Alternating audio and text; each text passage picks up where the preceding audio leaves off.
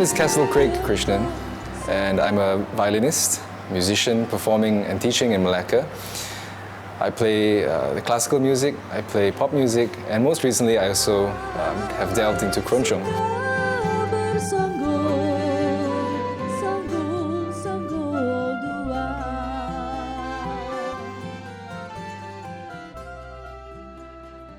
I feel extremely humbled that I'm able to share my perspective about the music of Keroncong Peranakan Babanyonya. It is a privilege that I'm very, very grateful for, and I do not take lightly. I hope that people who may not have known about our native Melacan Keroncong music, they would be able, through this documentary, be able to appreciate the musical heritage and the legacy that Keroncong Malindo has built.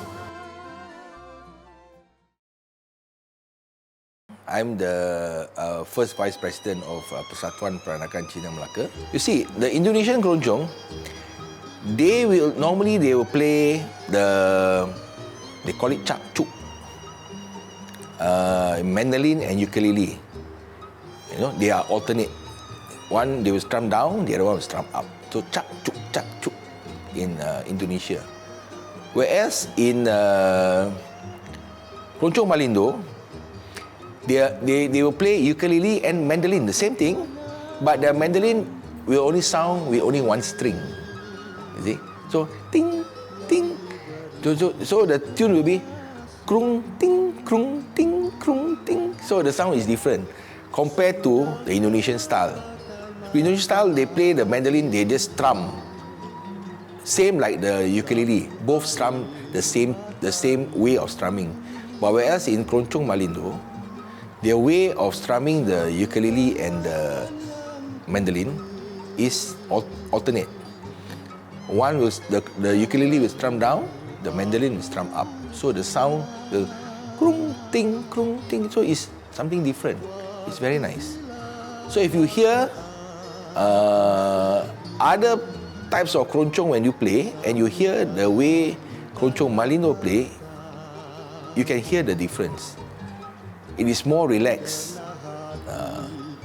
more relaxed, and most of the time people say you hear they play, you can go to sleep. But you must really appreciate the music. Then you know how the arrangement of the music is, how the beauty of the sound is. Then you appreciate Keroncong more. In my quest to discover more about Keroncong and Keroncong Malindo, the sound of Melaka, I knew I had to go deeper and to discover the city and try to learn a little bit more about these people. Yeah, so really going deeper into what it means to be a Melacan, what it means to be a musician in Melacan as well. Nama saya Baba Ong Cheng Ho, tinggal di Bandar Hilir. Umur saya 60 tahun. I'm the sole survivor of Orchestra Keroncong Malindo, Melaka. Yeah, when I was at the age of 13, I followed my uncle for Keroncong practice. Dan saya dengar Malindo akan buka satu kumpulan Orkes Keroncong Malindo, so I joined them. So I went to see Mr. Ong, Mr. Rama, so they agreed to accept me as a member. So from there, we get together, we have a practice Monday, Wednesday and Saturday. Tiap-tiap minggu 3 kali practice. In our group, we have a Chinese, Malay. Baba, not typically Chinese, but we have the Baba and the Malay. Very good, we get together very well, just like brothers and sisters, very well. Mixed together into one family. My father ni adalah seorang pemain muzik yang tak cakap tersohor tapi boleh consider legend lah kat Melaka.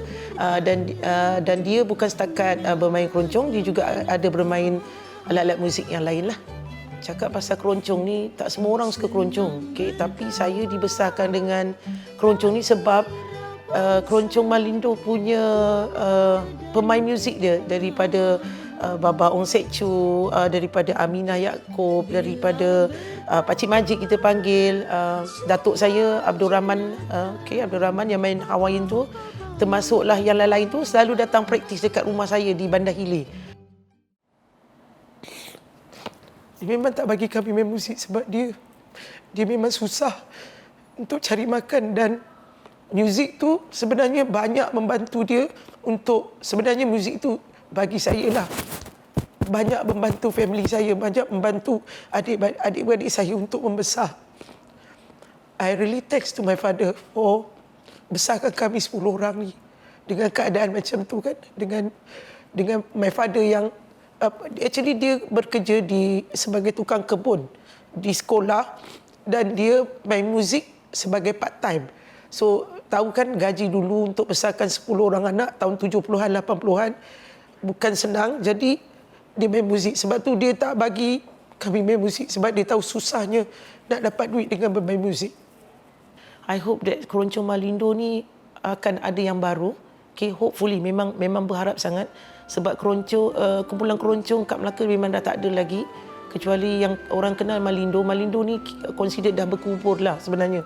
Ada pun ada bagusnya yang baru-baru ni adalah kumpulan sibling antara yang teenagers yang develop keroncong lah untuk diperkenalkan semula dan diperdengarkan semula dan untuk bagi orang minat balik kepada keroncong, sebab tak semua orang suka keroncong. So what we did was in our association, I spearhead a group of musician. We name ourselves the Peranakan Melaka, Keroncong Peranakan Melaka, right? Which consists of Castle, myself, Victor, Cikgu Anwar, Cikgu Aziz, Haji Idris, a few of our friends, musicians. We try out. We have to revive back this Keroncong legacy in Melaka.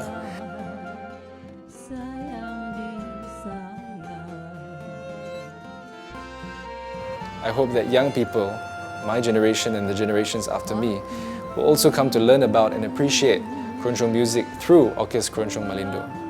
I hope that people who may not have known about our native Melacan Keroncong music, they would be able, through this documentary, be able to appreciate the musical heritage and the legacy that Keroncong Malindo has built.